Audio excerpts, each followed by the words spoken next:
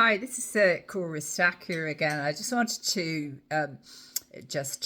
clarify that I'm an independent person. I'm not affiliated with any particular political party. I generally, I come from a background where both my parents came from very different traditions. You know, one was I suppose you could say from the pro-treaty position, and the other was the anti-treaty position. So I heard every side of every story going back over the years. So that has formed my position as being very independent. So it was like being in the door every day of the week in my house.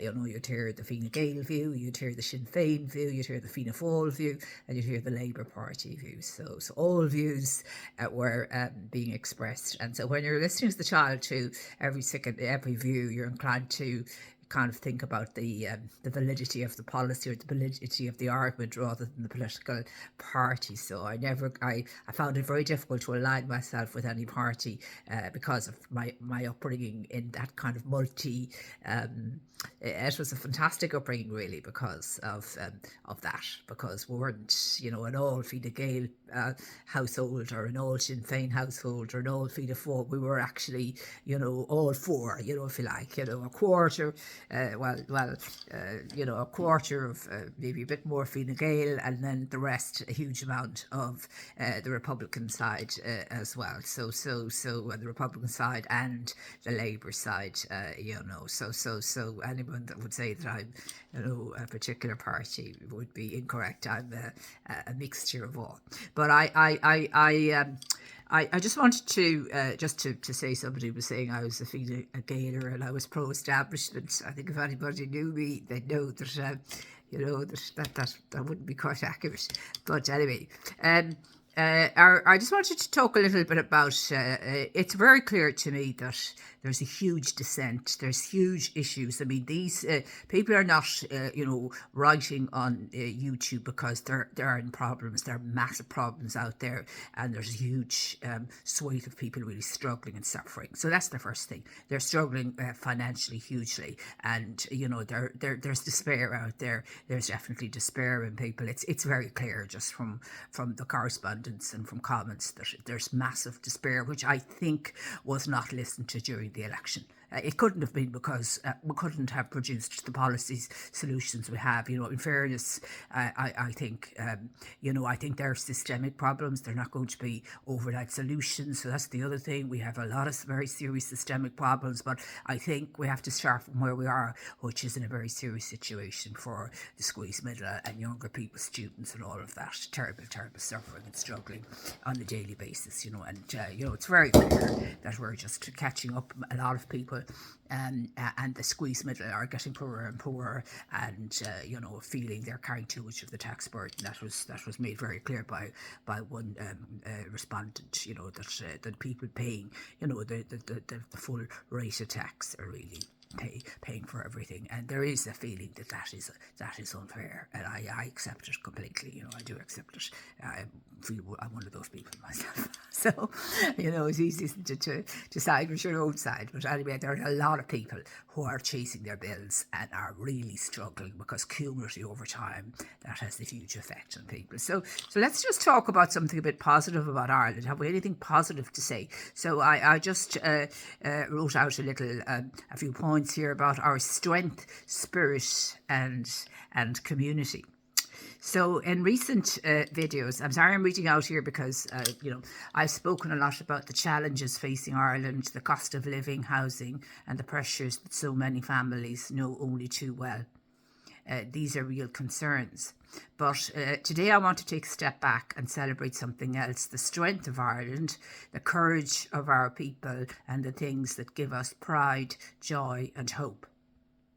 And that isn't there for a lot of people at the moment, because if you're struggling, with bills and you're worrying about, paying your electricity bill, it's very hard to have pride, joy, and hope. That was one thing that was, but let's just, so I want to begin with something that changed this country forever, and myself included in that, and that's education.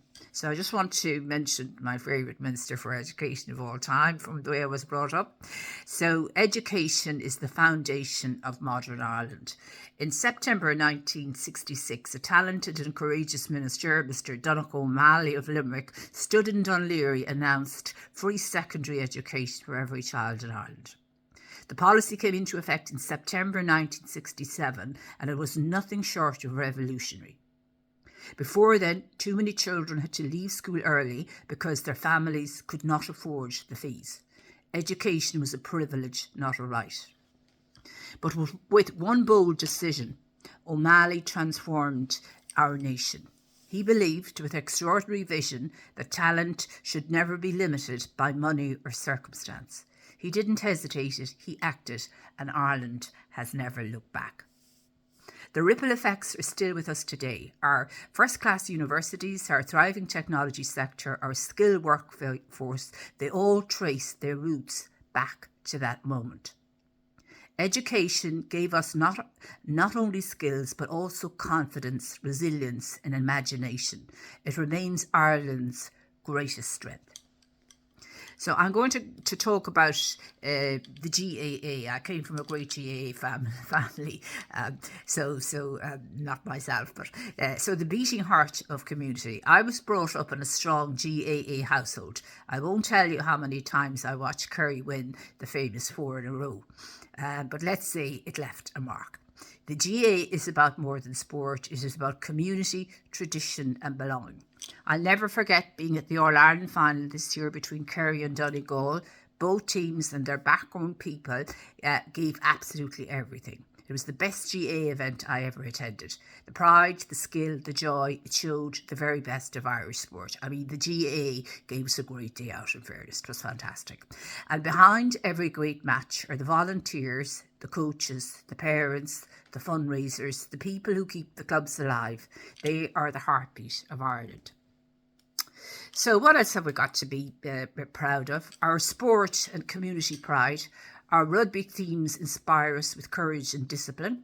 Our athletes continue to break records and lift Irish spirits to the world stage. But sport is not just about trophies. It's about health, confidence and connection. It's about the community gyms and swimming pools built by local effort. There are some fantastic, world-class community gyms and swimming pools. They're not everywhere, but we really have some fantastic ones. It's about the park run every Saturday morning, where people of all ages and paces run, jog or walk, cheered on every step of the way. It's about the community halls where training sessions, concerts, charity fundraisers and celebrations take place. These spaces are the glue that hold us together. Women in sport, a rising force. One of the most inspiring changes in Ireland is the rise of women in sport. We've seen our women rowers and boxers with medals and global recognition. Their courage and determination have inspired a generation of young girls in a dream big. But if we want to sustain this progress, we must invest in facilities. I would love to see more supervised community athletic stadiums where people can train and run safely, and more safe walking routes where walking is the simplest and most inclusive path to health. So I think there's the new walkways are absolutely fantastic, but they're not in every county, but they're a huge step forward. But we need safe walking routines. Imagine every town with a safe, well-lit, welcoming place to move, meet and connect. That is the kind of Ireland we can build together. Music and festivals, Ireland's creative soul. Ireland is also a land of music. Here in Listowel we had the wonderful Revival Festival every year. This year we welcomed the Boontown Rats with Mr. Bob Geldof himself. Brilliant. It was an absolutely brilliant concert. Everybody said it was the best concert ever in Listowel. I had the privilege of hearing the wonderful Christy Digman, R.I.P. sing Crazy World at the Revival before he sad passing after COVID. Moments like this stay with you because music in Ireland isn't just entertainment, it is memory, connection and emotion. From TAD sessions to pubs to choirs and halls to festivals in town spaces, music brings us together in a way that is uniquely Irish. Volunteering and caring, quiet heroes, carers. In 2022, over 700,000 people in Ireland, 1 in 7 of us, gave their time freely. And then there are the family carers, more than 160,000 people, many providing full-time care to loved ones. The work is valued at over 2.5 billion a year, but its true value is beyond money. It is love, dignity and compassion. These are our quiet heroes. They may not make the headlines, but they keep our society strong. Teachers, public service and innovation. We must also celebrate our teachers, nurses, doctors, carers, community workers, Gardaí, emergency people in the emergency services, the ambulance services. In times of crisis, these are the first to step forward. This is a real service. And then there is innovation. Ireland is home to world-class research in science, technology and design. Our creative industries, film, fashion, animation, food, thrive globally. But what makes us unique is that we put people first. Now, in this, this is aspirational, I would say. I think we have a lot more to do to put people first, from what I'm hearing, from what I said in the previous videos. But we should put progress, should not be put before profit. It is also about dignity and community. We should also, journalism, advocacy and the fight for dignity. We should also honour the work of our independent journalists and broadcasters. I think we have excellent journalists and broadcasters in Ireland, to be honest. I think they're excellent. They're the people who shine a light on war, abuse and violence. Many risk their lives to tell the truth, to give voice to the voiceless, to ensure that the unseen and unheard are not forgotten. Think of the starved victims and their families who waited decades to have their truth recognised. Without persistent reporting and advocacy, and in particular, by the wonderful Charlie Bird, RIP, their voices might have been lost. Independent journalism is not always comfortable, but it is essential for democracy, for justice and for humanity. Enterprise, innovation and creativity, building the future. Ireland's story is not only about resilience, it's also about imagination. We are a nation of entrepreneurs, innovators and creators. From small family businesses to ambitious startups, from craft workshops to digital studios, every day we see the creativity and enterprise that drive this country forward. Enterprise isn't just about global companies. It's the cafe giving a teenager their first job, the craftsman keeping traditions alive, the designer launching a small line, the neighbour turning an idea into a service for the community. We must encourage and support this kind of creativity and innovation, because when we back people's ideas, when we invest in their courage, we just don't create jobs. We create hope, pride and opportunity. So just to close then, so yes, Ireland faces huge challenges, but we are not defined by them. We are defined also by our strengths. We are their children who gain new futures thanks to free education. We are the roar of Croke Park on All Ireland Day. We are the music of Bob Geldof and Christy Digman lifting a festival crowd.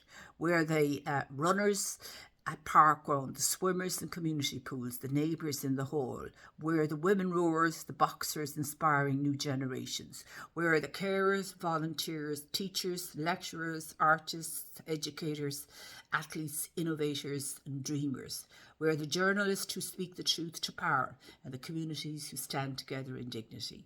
This is Ireland, a land of strength, spirit and solidarity, and something to be proud of. So there's a couple of points there that might raise us up like the Van Morrison songs, rather than drive us into the despair of depression from listening to all the problems, which are very real and have to be faced up to. No question about it. I was talking to people today and, they were talking about all the hairdressers and butchers that had closed down, in the area that I live in, and it was shocking really. And you see, it's totally happening bit by bit, and this is having a terrible effect on our society and our social cohesion, our communities. So there's a few good points, and I hope some of those have guided, sent a more positive message of what Ireland can do and is doing. But unfortunately, there is, from what I can hear, a voice coming through a huge number of the squeeze middle that much more needs to be done to help the huge suite of people that are really struggling under the enormity of the cost of living crisis and the housing crisis and the spin-off effects of that in terms of well-being, mental health, family and social community cohesion is massive also in terms of the cost to society and cohesion and well-being.